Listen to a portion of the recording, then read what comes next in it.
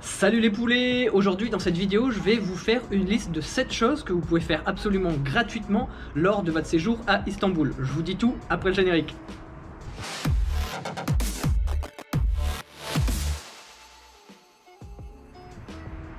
Comme je le disais dans l'intro, je vais vous donner 7 idées de choses à faire ici à Istanbul et qui sont complètement gratuites. Mais ce n'est pas parce que c'est gratuit que ça ne vaut pas le coup de le faire. Au contraire, voilà, ce sont des choses que je vous recommande fortement, que j'ai déjà fait moi personnellement et qui sont entre guillemets des incontournables, des choses que vous pouvez faire franchement les yeux fermés parce que ça vaut vraiment le coup. Donc je vais commencer par les mosquées. Vous pouvez visiter les mosquées ici en Turquie. Toutes les mosquées sont gratuites. Ensuite, je vous recommande plus particulièrement quelques-unes d'entre elles. Donc par exemple la mosquée bleue, c'est un incontournable, c'est un truc à faire absolument. Vous devez aller voir la mosquée bleue qui se trouve à Sultanahmet du côté Europe d'Istanbul.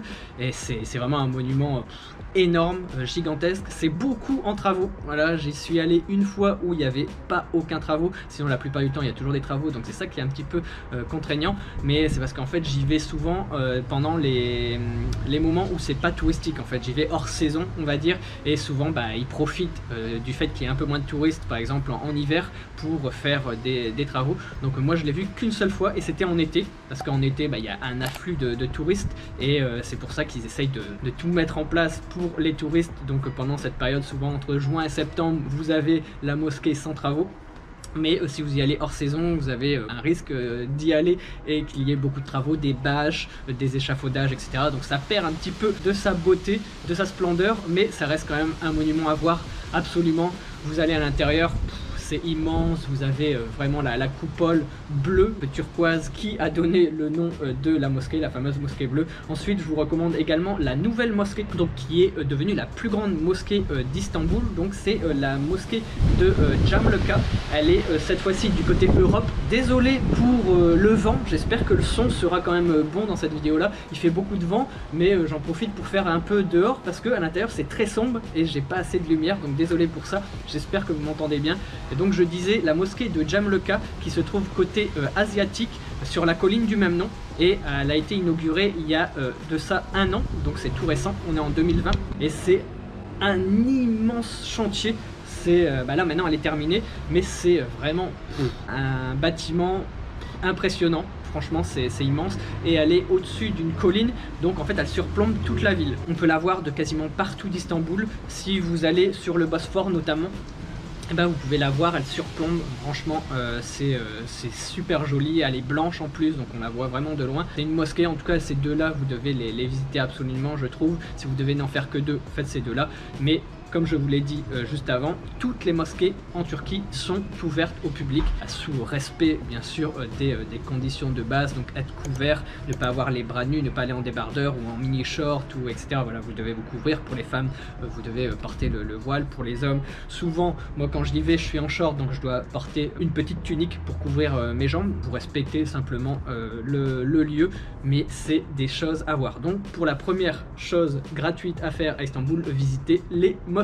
On parlait de la mosquée bleue, je vous recommande fortement d'aller visiter le Grand Bazar. En fait c'est juste à côté, c'est pareil, c'est à Sultanahmet, au niveau du quartier de Sultanahmet. Le Grand Bazar, c'est on va dire le premier centre commercial du monde. C'est un marché couvert qui est immense et c'est vraiment typique parce que c'est très vieux, très ancien, et à l'intérieur on vend beaucoup d'or. C'est un marché couvert qui est protégé. Voilà, il y a la police qui est autour. Pour pénétrer dans le marché, vous devez passer un portail de sécurité, et il y a beaucoup de vendeurs d'or, des bijoux, des vêtements, des narguilés, plein de choses. Voilà, c'est vraiment un marché mais couvert, et qui se situe juste à côté de la mosquée bleue et de Hagia Sophia. Par contre Hagia Sophia c'est payant, donc je ne l'ai pas listé dans cette vidéo. Donc les mosquées plus le Grand Bazar, deux choses incontournables à faire. Ensuite on va passer au marché aux épices qui est pareil juste à côté du Grand Bazar, et c'est également appelé le marché égyptien. C'est là où il y a plein d'épices. Vous rentrez, en fait c'est couvert encore,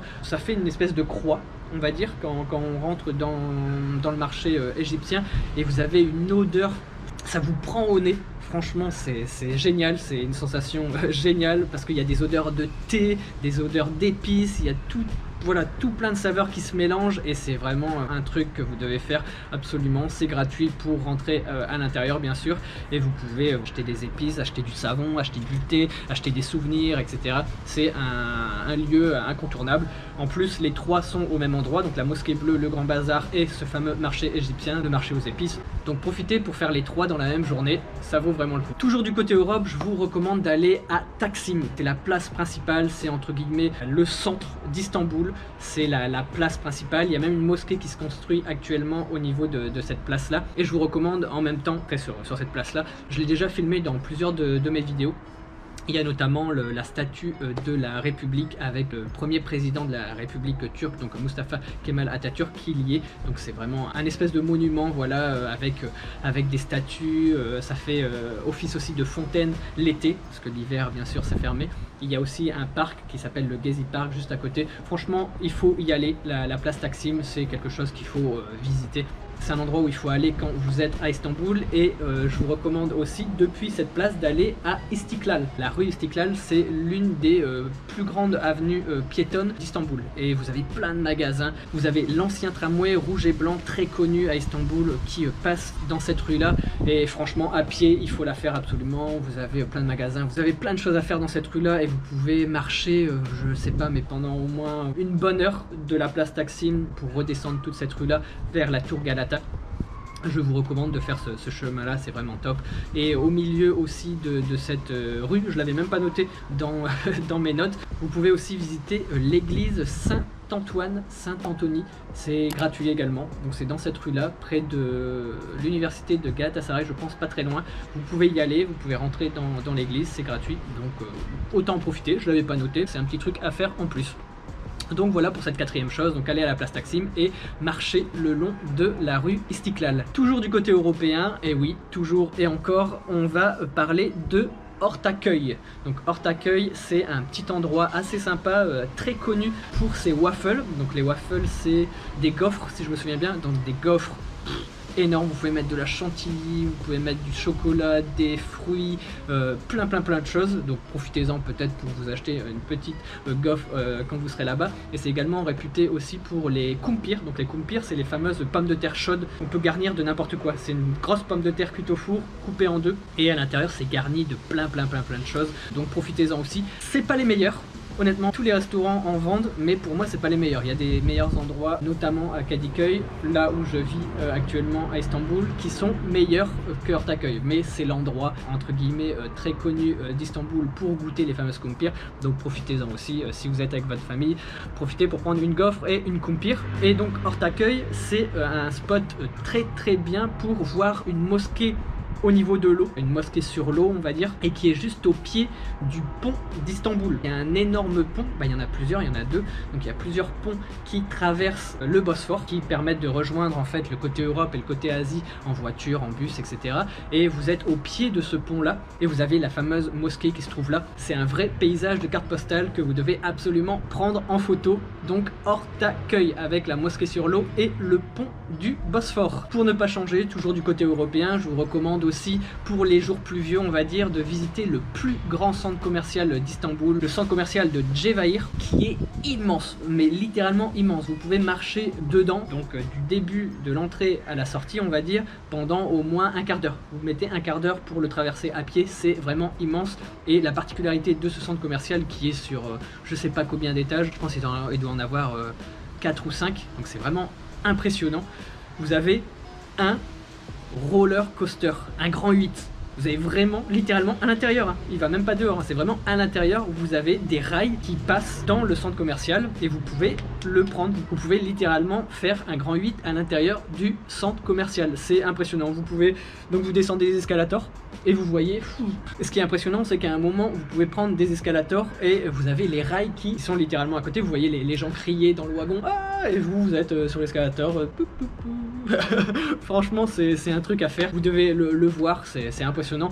Après, s'il fait beau, bon, ça reste un centre commercial, mais c'est quand même impressionnant de voir ce fameux grand 8 à l'intérieur. Et il y a également une salle de jeu immense, une salle d'arcade, donc vous pouvez y aller avec votre famille, avec vos amis. C'est vraiment top. Une vraie salle de jeu pour les enfants, pour la famille, pour tout le monde. Moi, j'y vais de temps en temps et franchement, je m'éclate tout le temps. Donc, profitez-en si c'est un petit peu pluvieux d'aller vous couvrir dans le centre commercial de Chevair, qui est bien sûr totalement gratuit, sauf si vous achetez des choses à l'intérieur, mais ça après c'est à vous de voir. Ensuite on passe à la dernière suggestion.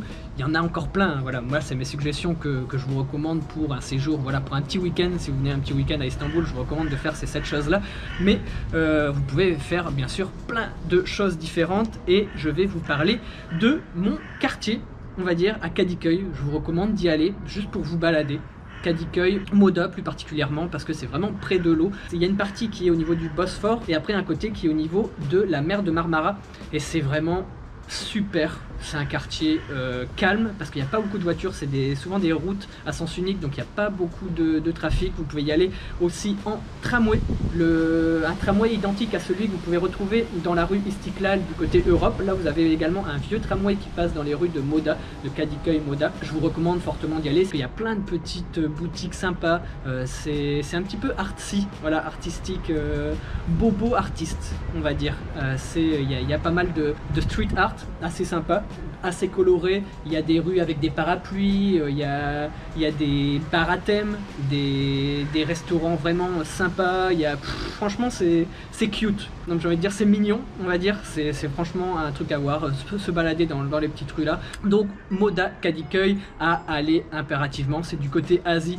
Si vous devez y aller même une journée, allez-y, franchement profitez qu'il fasse beau parce que c'est beaucoup des balades à l'extérieur, etc. C'est marcher dans les petites ruelles assez sympa, donc profitez qu'il y ait du beau temps. S'il pleut, n'y allez pas, mais en tout cas je vous le recommande, c'est le quartier où je suis. Donc vous allez peut-être pouvoir me croiser si vous voyez un Français qui parle à sa caméra en marchant dans les rues, ce sera probablement moi, donc n'hésitez pas aussi à me faire un petit coucou, ce sera vraiment sympa et on pourra peut-être en profiter pour aller boire un petit chai, donc le fameux thé turc. Je pense que j'ai terminé pour cette vidéo. Je fais le petit récapitulatif global, donc les 7 choses gratuites, c'est visiter les mosquées, notamment la mosquée bleue et la mosquée sur la colline de Jamlaka qui est du côté Asie. Ensuite le marché aux épices et le grand bazar, c'est 2 choses juste à côté qui sont près de la mosquée bleue. Ensuite la place Taksim et la rue Istiklal qui sont juste à côté. Ensuite Ortaköy, c'est l'endroit où il y a une mosquée sur l'eau et c'est juste au pied du grand pont d'Istanbul, donc c'est